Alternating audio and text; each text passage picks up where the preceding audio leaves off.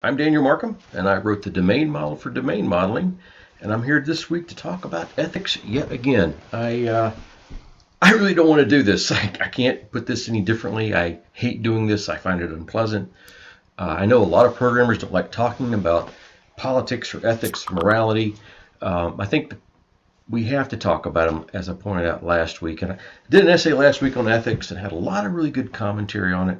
And that led to the discussion around what really is an ethical question versus a moral question or a policy question. I think that's got to be the starting point. I think this is where we drop the ball, really, to be honest with you. So I find this unpleasant because I realize a lot of people will misunderstand what I'm saying and take it the wrong way. May the great pumpkin have mercy upon you, but I am not talking about what is moral, right or wrong. I am not talking about who the right president or prime minister is, or parties. No, I'm not talking about any of that stuff, okay? I'm talking about, as a professional, we have certain obligations to other professionals. So as much as I hate doing this, Bubs, we got to do it, right? This reminds me a lot of, they call it yak shaving. I feel like, I sort of swept a little corner out of the garage. It was very messy, and now like the rest of the garage is like a mess. So I kind of stepped in this thing. I'm going to have to clean up some more of it here. It just has to be done. If I don't do it, it won't get done right. A long time ago in a galaxy far, far away, your humble servant here had an interview with a large tobacco manufacturer in North Carolina. I live close to North Carolina. It was a 2-hour drive, beautiful drive. They had this campus. It was just gorgeous. They'd taken this 500 or 1,000-acre farm and landscaped the entire thing. So there were ponds, and it was probably the most beautiful corporate campus I've ever seen. People were nice. The facilities were wonderful. Everybody was friendly. It was a great interview, and they wanted me, and I wanted to work in their environment. And I left, and I was conflicted. And I smoked for 5 years when I was a kid. And it was tough as Dickens to quit. And on the way back, the 2-hour drive back to the house, I kept thinking, do I really want to work for a tobacco company or not, right? Is it that I think that smoking, is evil or good or evil? I think it's a wrong choice. I think it's a wrong choice, much the same as I think skydiving might be, or those little Batman things they fly right in. There's some choices that are probably very poor for you. So I think it's a wrong choice. It's not a choice I would make, but I don't think it's an immoral choice, right? There's nothing, I'm not angry at people who, I personally would not feel somehow that I had done the wrong thing by smoking. However, encouraging people to smoke, that's kind of a different thing. I would find that personally immoral. To me, this doesn't feel right inside to somehow encourage people to hurt themselves. And that was bugging me. And it wasn't bugging me that the tobacco companies are evil. It was bugging me that I might be put in situations as a programmer where I would have to write code that would persuade people to do things that would be against their best interest. The code would act in a way that I wouldn't be proud of. And when I got stuck in those situations, of course, I wouldn't do it, right? Because this is just not what I stand for. But the bigger problem would be, first, how to handle those situations. And second, why am I putting myself in a situation where I would have to have these conversations, right? Those are ethical questions, right? Whether the smoking's good or bad, people differ on that. But putting yourself in a situation where you have to sort of have all these conflicts all the time, what to do when you have a conflict, those are ethical questions. And so that's what we're talking about last week and this week. I think ethics is almost like a sort of social checksum. And so as you go along, you just kind of check to make sure the block's working okay and you don't have any CRC errors, and that may be too nerdy for you. But ethics are the sort of layer on top of the work you do to make sure that your work is still on track with where you want to go. I will give you a second example. And if you're going to stick your foot in it, you might as well stick your foot in it. Here's the one piece of advice I can give people online that I don't take myself enough, but I should. Shut the hell up. I probably should say it in a better way. We get very passionate about things. Oh my gosh, I love ice cream. There are things I'm passionate about, right? Um, and our passions come out, and we start typing in from our passions, and we've expressed ourselves. And I'm a writer. I love expressing myself. Um, but when I work in technology teams, so many times I see people have a conflict that may basically be an ethical conflict. Maybe like, how do we handle this uncomfortable situation the team is being faced with, right? Perhaps we're being asked to give an estimate we're not comfortable with or something like that.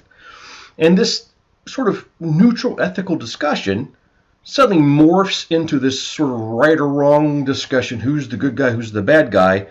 And it always happens when somebody starts typing on the email, okay? So one of the biggest pieces of advice I need, and probably other folks as well, is just don't type when you're upset, right? This sort of moves against most of social media because, let's face it, what we're living in now is a world where everybody's their own brand, and the more upset you are about things, the more you speak from your heart and the passion. Like I said, I love all that. But as a professional, I can't work with people if we're all sort of emoting at one another all the time.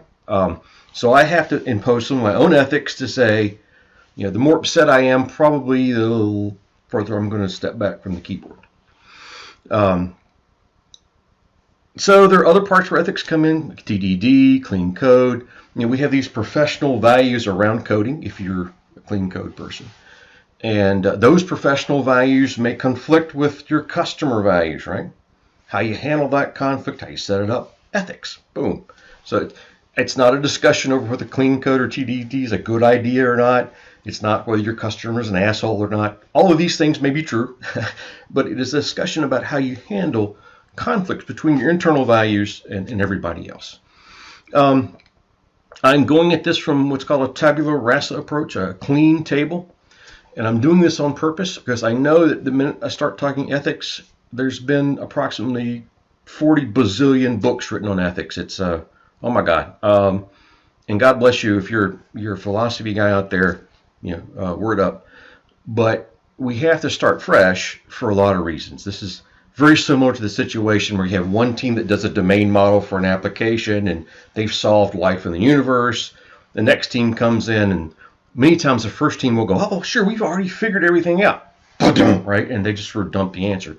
Well, unless it's socialized, internalized, they really haven't done anything except to figure out their answer. And this gets into Wittgenstein and sort of socialization and meaning and a bunch of other stuff. But the point being, no matter how many words we've printed on ethics and how many really great books on ethics and documents, this has to be a personal thing.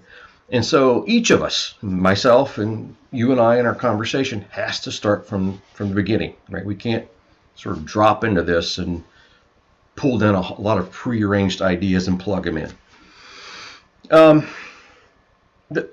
The reason I came back to do this, and the reason I feel like I should do it even though I don't want to, is because, hell, there's just nobody's talking about this. I got a ton of people talking about cool stuff I'm upset about, like, the surveillance state. I mean, I got a ton of stuff that I love, I have passion talking about. How to talk with somebody who's pressuring you to make an estimate you're not comfortable with.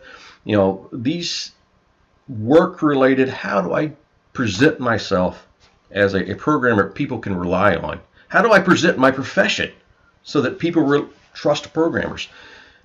I don't think anybody's doing that. And worse to the point, I know right now there are tens of thousands of freaking programmers stuck with ethical problems, and we've done jack shit to prepare these people for these problems. And when they come online, nobody wants to talk about them because everybody wants to say, oh, no, that's a politics problem or whatever. They always want to stick it in, this is controversy. People will argue about it. And they're right. It is very difficult to talk about. But, if we can talk about distributed databases, I think we can talk about, how you handle working for a tobacco company, right?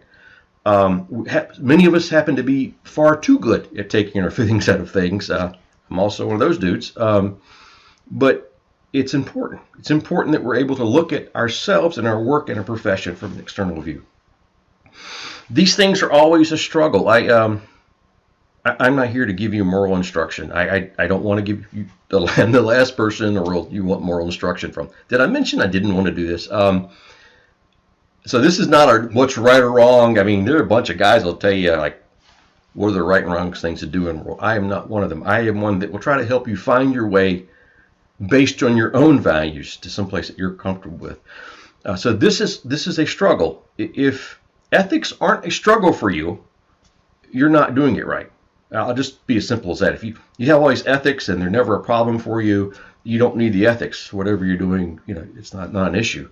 Ethics only become valuable when it's a struggle. And so a lot of times as a management consultant or somebody who's helping out companies, I have to do a gut check walking in a lot of ways. Oh my God. And I'm not happy that I've always done a good job passing that gut check. A lot of times, I may have said things that were on my own best interest, or I may have sort of glossed over things I should have been more direct about. That's ethics. I mean, those are ethical questions. That's the freaking hard part about stuff. So that's kind of where we are. The rest of the essay will go over sort of establishing, what. So I'll do some background stories on what ethics are, kind of give you examples in the real world. I talk about the qualities of ethics that are true no matter what your profession. I provide a format for actually creating your own ethics that I think is a good format. We're talking about discriminator functions. So to do discriminator functions, we have to have data structures. And I'm a nerd, so this is the way we're going, okay? So we have a format for creating ethical rules. And then finally, what did I do at the end? There's a checklist for is this an ethical conversation or not? So hopefully I've covered the whole how can I sort out things that we're talking about whether they're ethical or not in this essay. And if I screwed it up, well, that's par for the course. You gotta try, which is also an ethical thing as far as I'm concerned. I am Daniel Markham, and I will see you on the internet.